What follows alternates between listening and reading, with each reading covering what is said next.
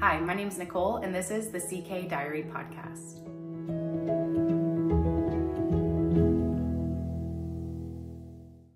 I started this podcast as a way of me to keep track of my making and the progression that I've made in crocheting and knitting.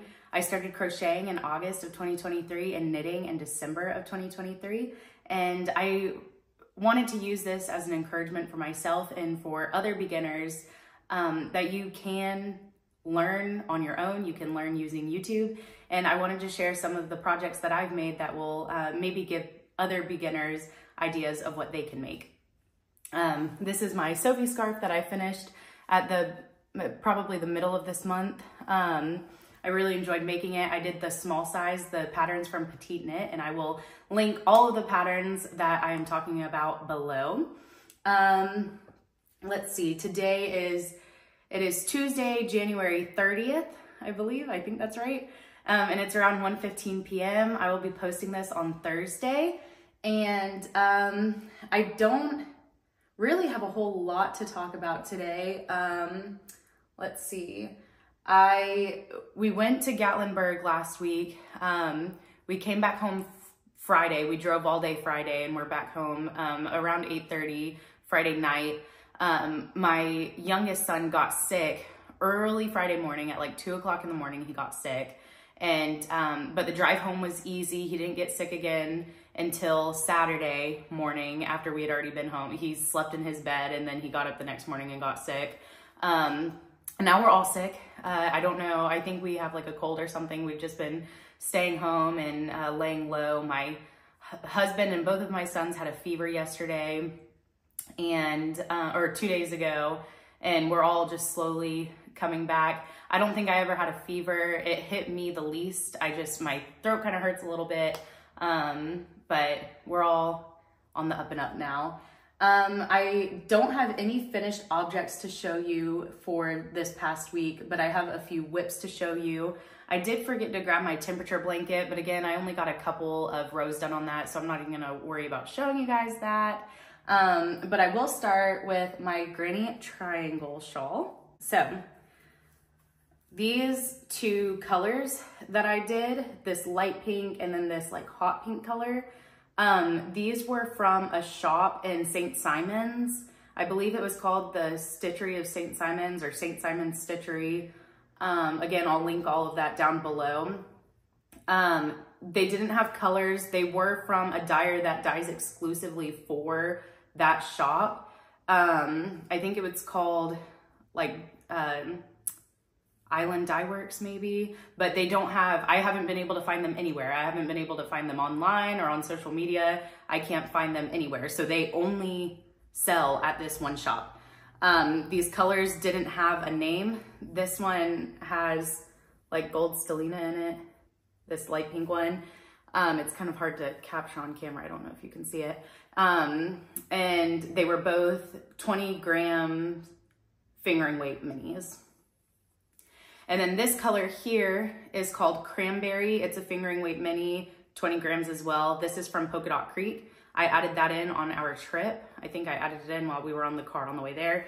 And then I'm working this mini into it now. You may have seen it on my YouTube shorts from, I think it was this morning like Tuesday morning that I posted it. And I cannot remember the colorway name. Pink Lady Slipper maybe? But I'll find that and I will post that down below as well. All right, let's see. Stick that there. The next one I'm going to show you is my Jelly Roll blanket. This is a fingering weight blanket. The pattern is from K. Jones. I purchased the pattern on Ravelry. I'm using my Polka Dot Creek 2024 blanket club minis for this. The blanket that they're doing is also by K. Jones. I think it's a Stitch in Time is the name of it. I was going to do that, but then this Jelly Roll blanket really caught my eye, so now I'm doing this. I'm not working the full minis in, or not all of them anyway, because I want them to kind of be off-centered. I don't want them all to like line up perfectly. I did use the whole skein for this color, which I was kind of bummed about because the color is really beautiful, but This is probably this one, and I have one other that are like my favorite colors in the mini set. And I wish I would have thought about offsetting them at first so that I could have picked the ones that I wanted the full skeins of, but that's okay. I'll be able to, I'm keeping my scraps so I can use them in another pattern. And then this is the third one. And then I've got two more that I've already wound up. I believe this is going to be, where's it at? This is going to be my next color that I use. And then this one after that. I don't know when I'm gonna get back to this one again. I knit most of that on the way home. It is my husband's birthday on February 8th. And that brings me to my next project that I'm trying to finish by his birthday. Oh, and this bag is from, I bought this at the Bees Knits in Knoxville, Tennessee. And it's from a company called Black Cat and Birdie, I think. I also couldn't find them online anywhere. But if I do, I will link that down below. All right, this is the last whip I have to talk about, I'm pretty sure. Yep, let's see. Okay, I got this bag from the Maggie Valley Yarn Shop in Maggie Valley, North Carolina. It's from Twice Sheared Sheep. It's very cute. They had another one. It was like the same kind of bag, but it was a dark blue fabric with like big butterflies and big flowers on it. And it was hard to choose between, but I chose this one. All right, these are the socks that I'm trying to finish for my husband's birthday. This cute little butterfly stitch marker is also from the Maggie Valley Yarn Shop. I'm using Kay Liddon, the Crazy Sock Lady. I'm using her vanilla socks on Magic Loop pattern. I really love the way this yarn is working up. It looks really nice so far. I started the large sock, tried it on, I wanted these socks to be a surprise. I've never made socks before, so I had to try them on my husband as we went. I had to measure his foot. So they're not gonna be a surprise anymore, but that's okay. He doesn't know that I'm making them for his birthday. He's probably put two and two together, but I haven't told him that I'm making them for his birthday. So maybe, hopefully they'll be a little bit of a surprise. I started the large pattern because I started a medium sock, like just the cuff and a couple rounds of the legs for myself. I ended up taking it out. But that one did not fit him even a little bit. I couldn't even get it up over his heel. So I automatically started making the large version of this sock. I tried it on him whenever I was halfway done with the cuff, and it was laughably large. And so then I took it out, I started the medium size, I made it through like 20 rounds of the leg, tried it on him, couldn't get it up over his foot. So then I was like, well, maybe since the cuff was only halfway done, maybe that's why it was so big, because I didn't work up enough of the sock yet. So then I took that all out and I started the large sock again, and this one fits him well. I think the leg might be a little bit big, but I don't know. The cuff gets over his foot and the cuff sits well on his leg. I know in the pattern she says that you should have like 1 to 2 inches of negative ease. Hopefully this will fit him well. Let's see. So really all I want to get done this week is these socks. If I'm able to get these socks done by some miracle, I'm 12 rounds, I believe I'm 12 rounds away from starting the heel turn, or because you do the heel, then the heel turn, then the gusset. So I'm 12 rounds away from starting the heel.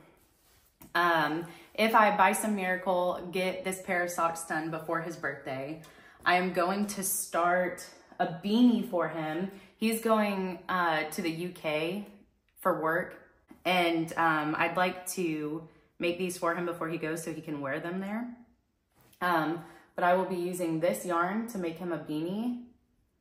The pattern I found, somebody posted it. I'm in the Crazy Sock Ladies Facebook group, and somebody posted a pattern, I believe it was called the Ross beanie, and it's the exact pattern I've been looking for him. He doesn't like slouchy beanies. He doesn't like beanies where the ribbing folds up or the edge of the cap folds up.